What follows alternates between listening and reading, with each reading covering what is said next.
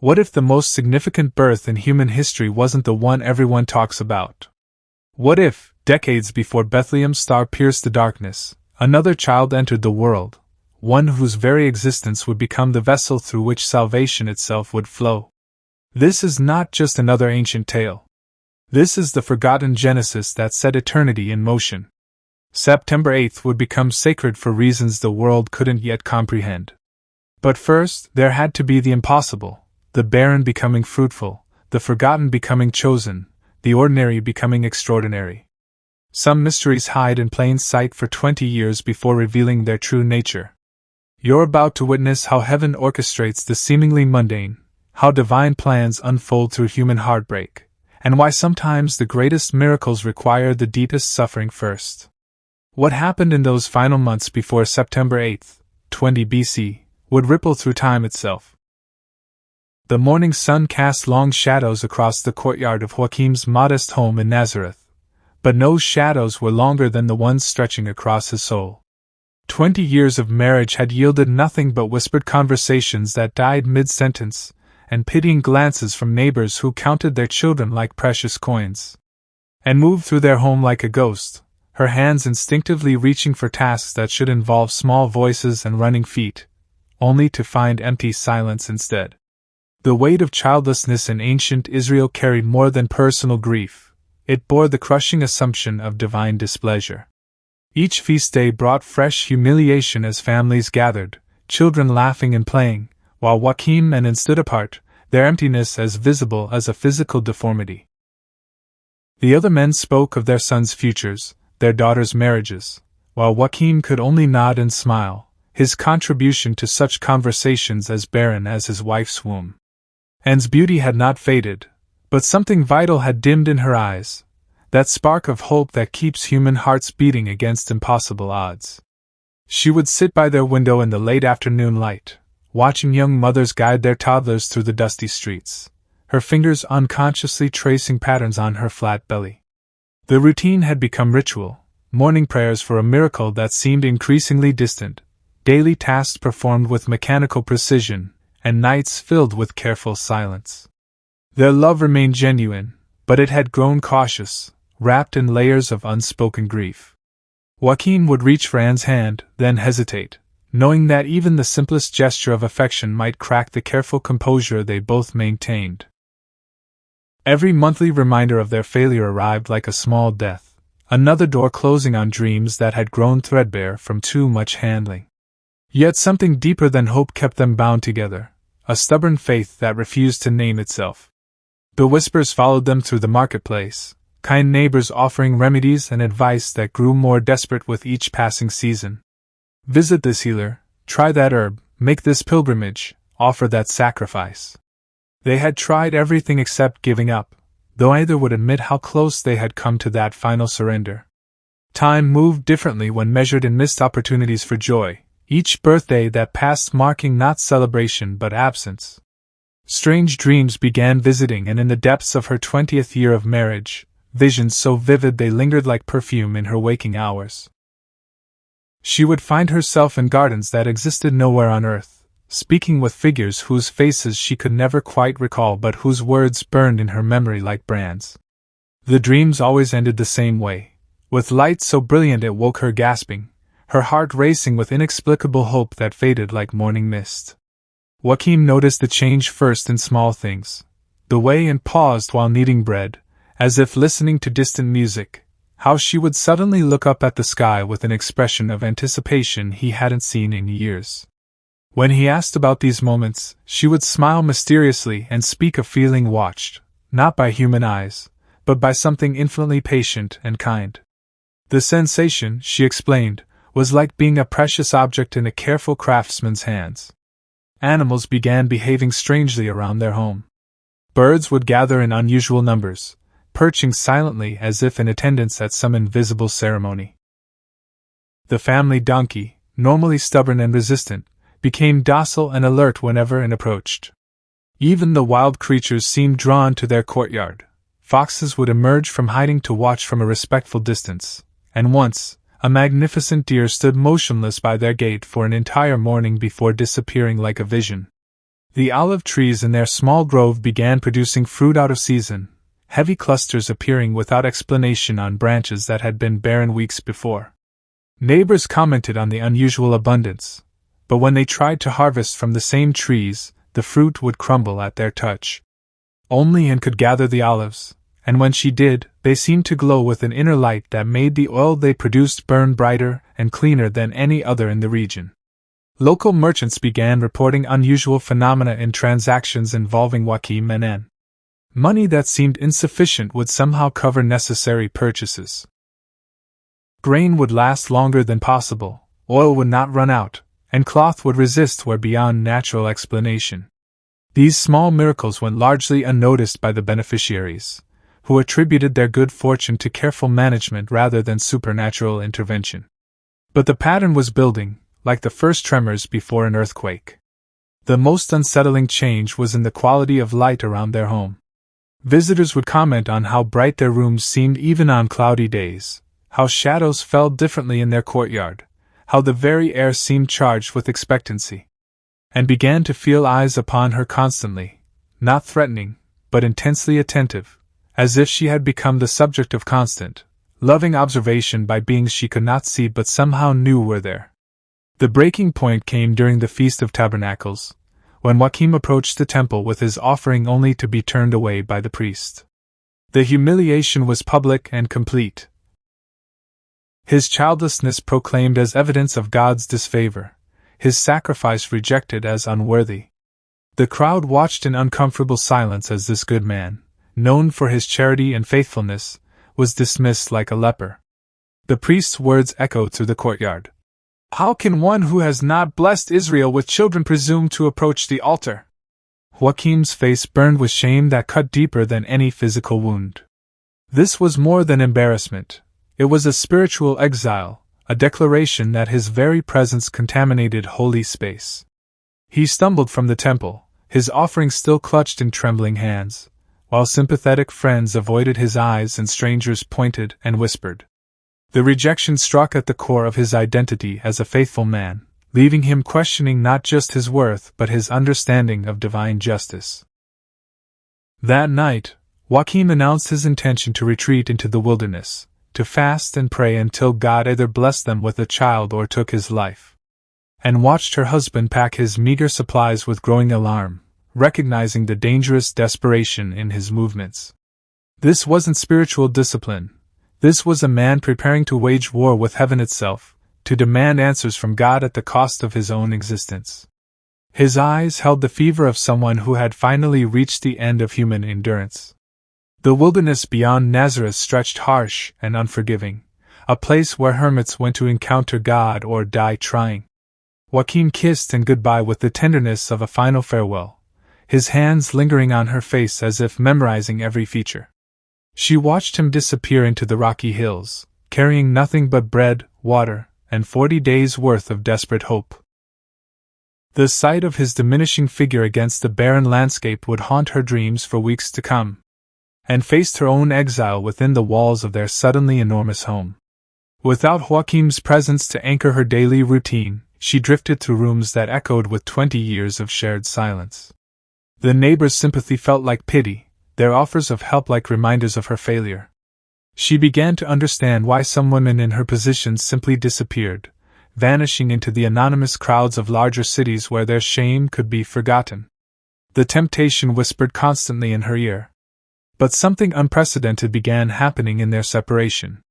The supernatural phenomena that had been building gradually now intensified dramatically. Anne would wake to find her room filled with a golden light that had no source, her dreams populated by beings of terrifying beauty who spoke of promises beyond imagination.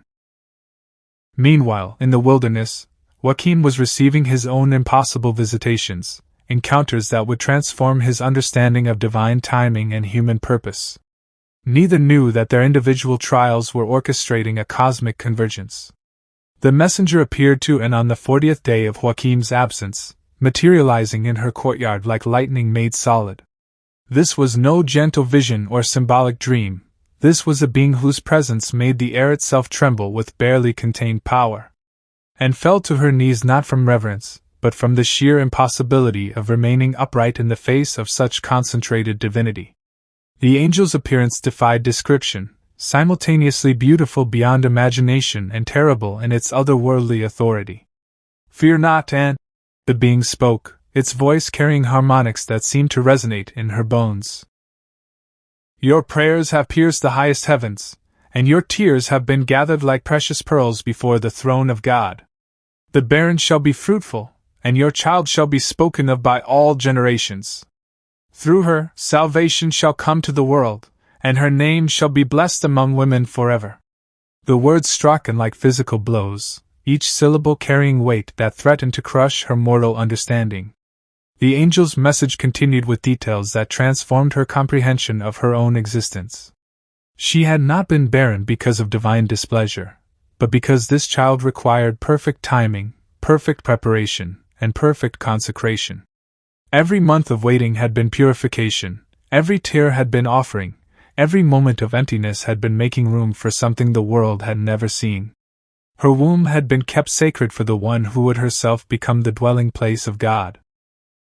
Simultaneously, in the wilderness, Joachim received his own angelic visitation.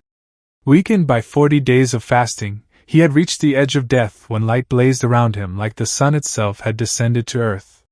The messenger who appeared to him bore the same impossible presence, the same authority that made mountains seem fragile. The angel's words to Joachim paralleled those given to Anne. "Your wife shall conceive and bear a daughter whose glory shall fill the earth. Go now to Jerusalem, to the Golden Gate, wherein awaits you." The synchronized messages carried identical instructions. Both were to meet at the Golden Gate of the temple, where their reunion would mark the moment of divine intervention. But the angel's words carried deeper implications that neither fully grasped. This child would be different from all others, conceived not just through divine blessing but through divine overshadowing. The very act of her conception would begin healing the breach between heaven and earth that had existed since Eden's expulsion. As quickly as they had appeared, the messengers vanished, leaving both Anne and Joachim transformed by encounters that had burned away their mortal limitations and replaced them with supernatural certainty. The impossible had been promised, and they found themselves carrying knowledge that exceeded human capacity to contain. Their separate journeys toward Jerusalem began immediately, though neither knew the other had received the same miraculous summons. The stage was set for a reunion that would echo through eternity. Anne arrived at the Golden Gate first, her heart pounding with a mixture of anticipation and terror. The ancient stones seemed to pulse with expectant energy, as if the very architecture recognized the significance of what was about to unfold. She had never felt more alone or more watched, standing in the shadow of the temple where her husband had been humiliated just 40 days earlier. Now she waited for a miracle that defied every natural law, trusting in words spoken by a being whose reality still seemed impossible. The morning sun climbed higher, casting shifting shadows through the gate's ornate archway, and still no sign of Joachim.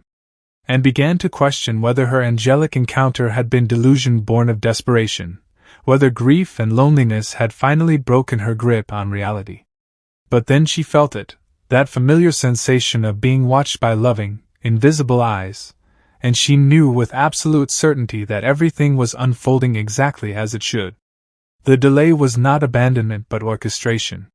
When Joachim finally appeared, walking through the gate's shadows like a man emerging from death itself, Anne barely recognized him. 40 days in the wilderness had burned away everything non-essential, leaving him lean and luminous with an inner light that seemed to emanate from his very bones. His eyes held depths that hadn't existed before his angelic encounter, and when he saw Anne waiting, his face transformed with joy so pure it was almost painful to witness. Their embrace was unlike any in their 20 years of marriage, not just the reunion of husband and wife, but the collision of two people who had each been touched by eternity and found their humanity expanded beyond recognition. As their arms encircled each other, witnesses later swore they saw light emanating from the couple, a golden radiance that made the temple's gold pale by comparison. This was not mere emotion but something approaching theophany. In that moment of reunion, as their bodies pressed together in desperate gratitude, the impossible occurred. Heaven touched earth through human love, and the child promised by angels began her existence in a blaze of divine intervention that registered as earthquake tremors throughout Jerusalem.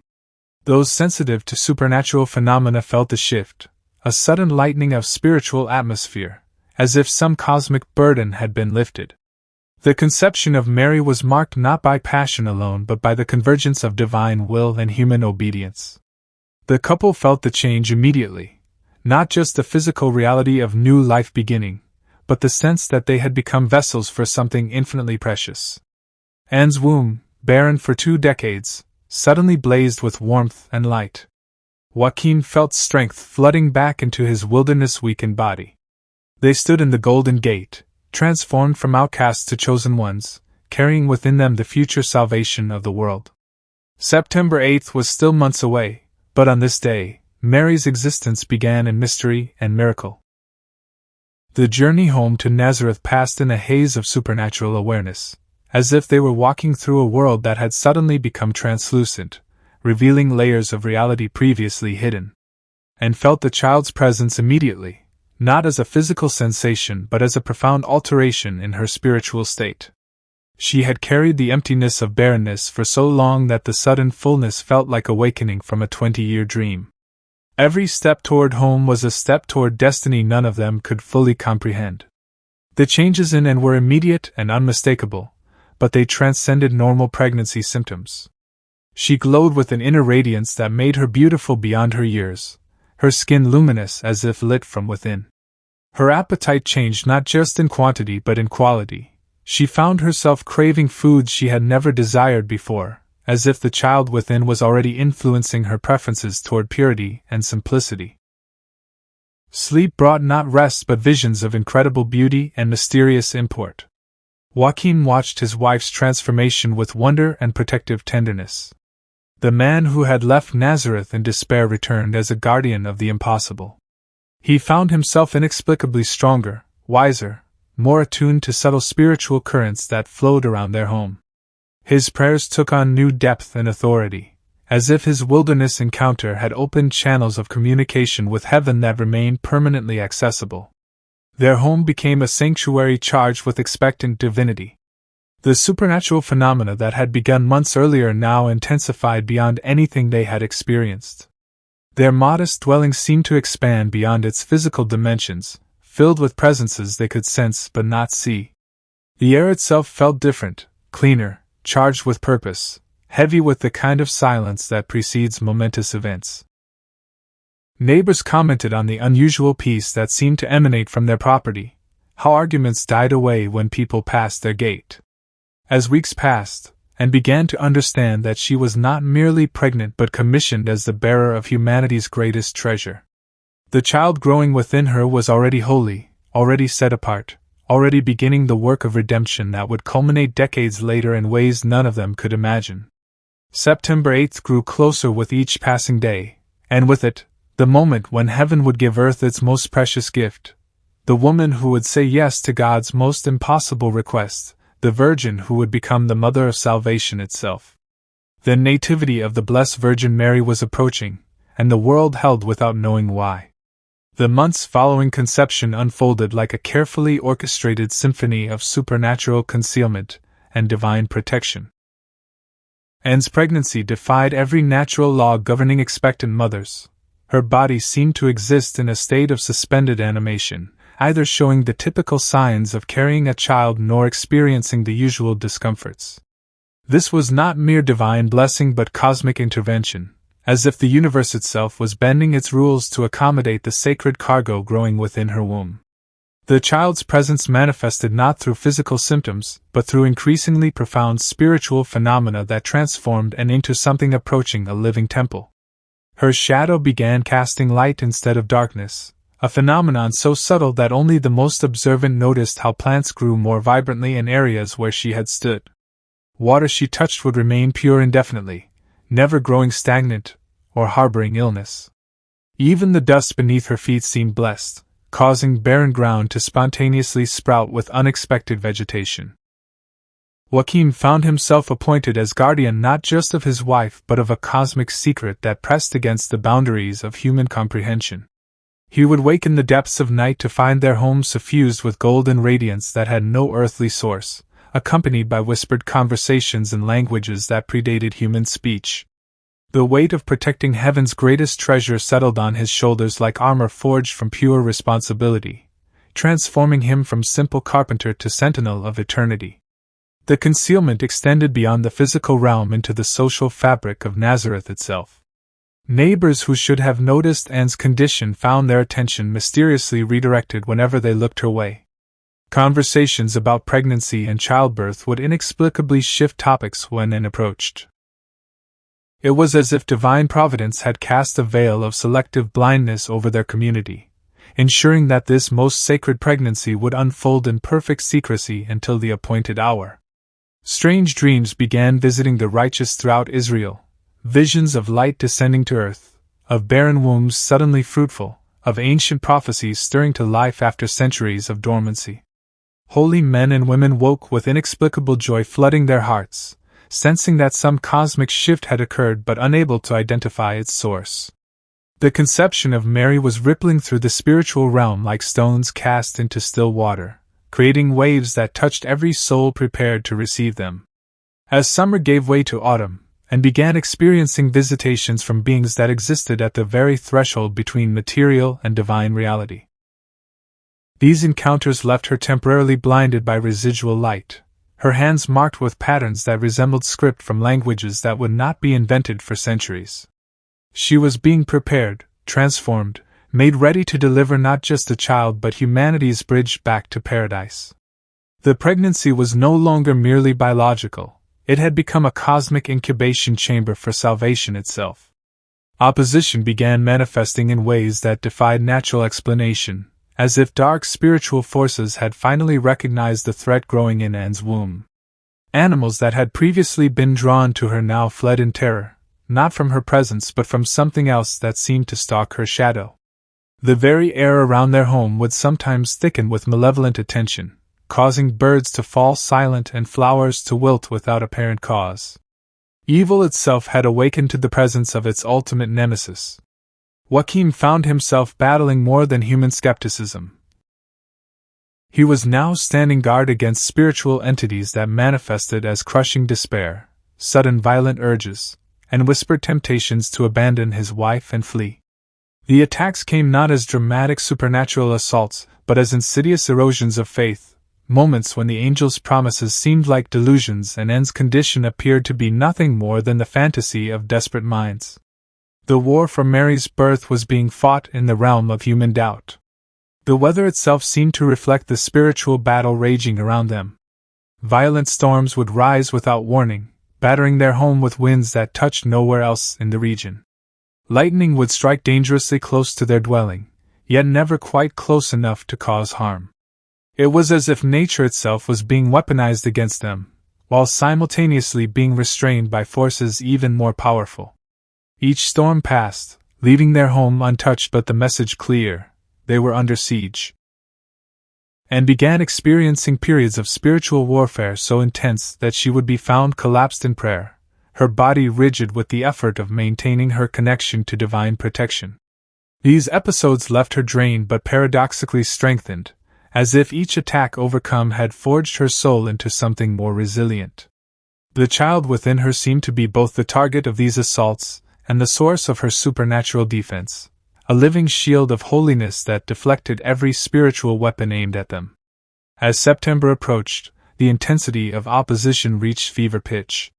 Dark figures were glimpsed at the edges of vision, shadows moved independently of their sources, and the very stones of their foundation groaned under pressure that seemed to emanate from beneath the earth itself.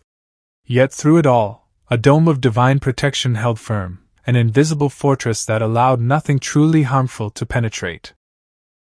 The forces of darkness could rage and threaten, but they could not touch the woman carrying the future Mother of God. The stage was being set for a birth that would shatter the gates of hell itself. September 7th descended upon Nazareth like a curtain falling between the ordinary world and the realm of pure miracle. As evening approached, the very atmosphere began to thicken with expectation so tangible that sensitive souls throughout the region felt their hearts racing without understanding why. and moved through her final hours of pregnancy in a state of transcendent calm, as if she had already passed beyond the boundaries of normal human experience into something approaching mystical union with divine purpose. The labor that began as darkness fell bore no resemblance to ordinary childbirth. Instead of pain, Anne experienced waves of indescribable light that seemed to emanate from within her very cells. Each contraction brought not agony but ecstasy, as if her body was participating in the very act of creation itself. Joachim, attending her with hands that trembled from awe rather than fear, found himself witnessing not just birth but theophany, the visible manifestation of God's presence in the material world. Throughout Palestine, the night erupted in phenomena that defied rational explanation. Stars appeared in configurations that had never been seen before, forming patterns that seemed almost like script written across the heavens.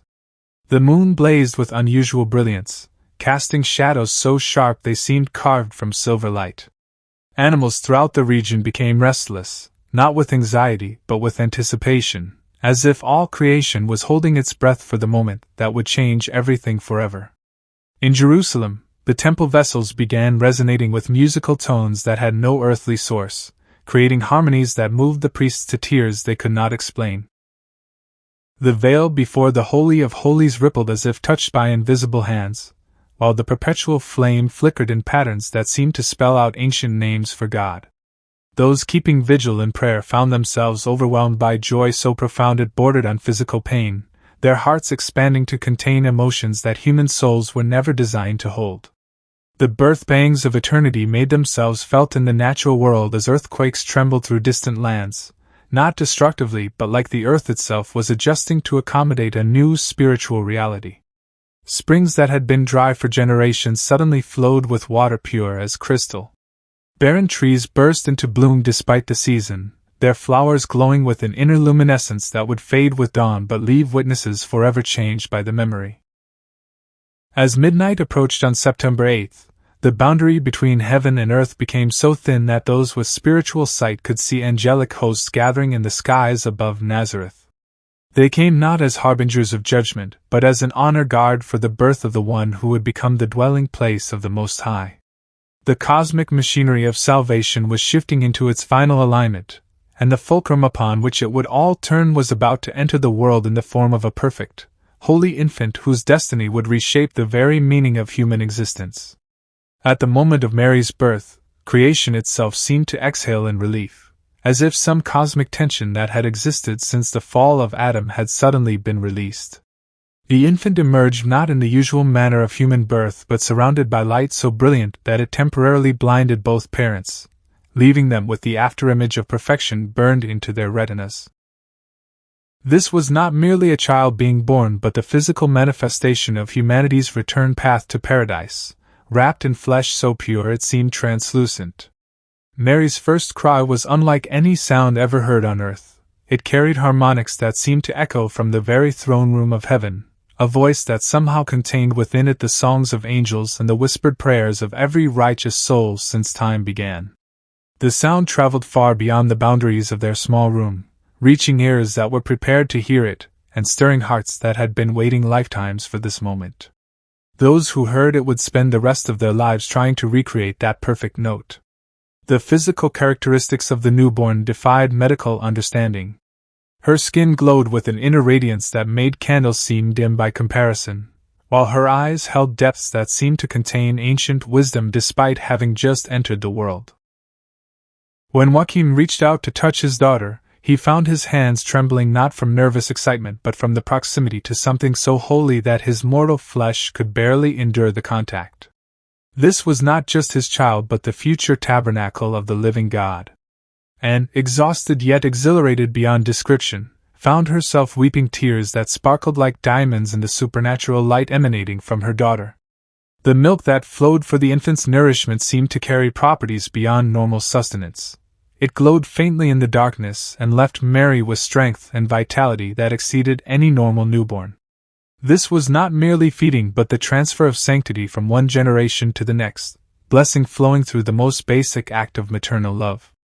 The room itself had been transformed into something approaching a temple sanctuary. The wooden walls seemed to pulse with golden light, while the air grew thick with the fragrance of flowers that bloomed nowhere on earth.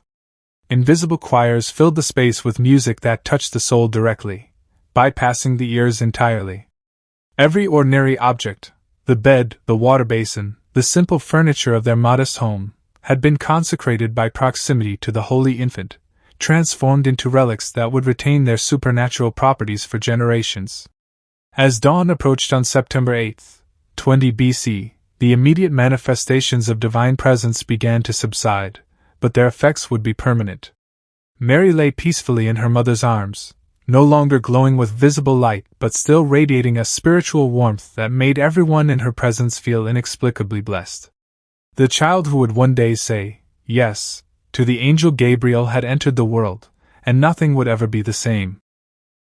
The nativity of the Blessed Virgin Mary had been accomplished, and with it, the first crucial step in humanity's journey back to God had been taken.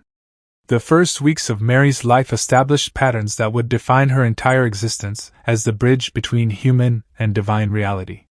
She grew with supernatural vigor, her development exceeding normal infant milestones not through mere precocity but through a kind of accelerated spiritual maturity that manifested even in her physical form. Her eyes tracked movements that others could not see, her tiny hands reached toward empty air as if grasping invisible presences, and her infant sounds carried tones that seemed to communicate with realms beyond human perception. And found herself transformed by the experience of mothering this extraordinary child. The milk she provided seemed inexhaustible, always sufficient despite Mary's unusually robust appetite. More remarkably, nursing the infant filled and with a sense of spiritual fulfillment that transcended physical satisfaction, each feeding became a mystical experience that left her feeling more blessed than blessed, as if she were participating in some cosmic exchange of grace. The act of caring for Mary became a form of worship. Joachim's role evolved from father to guardian of mysteries he could never fully comprehend.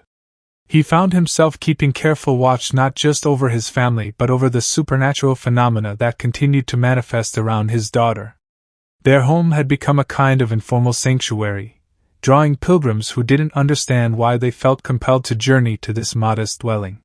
He would spend hours simply watching Mary sleep, marveling at the way shadows fell differently around her cradle, how dust seemed to avoid settling on her blankets. The infant's impact on her immediate environment grew more pronounced with each passing day.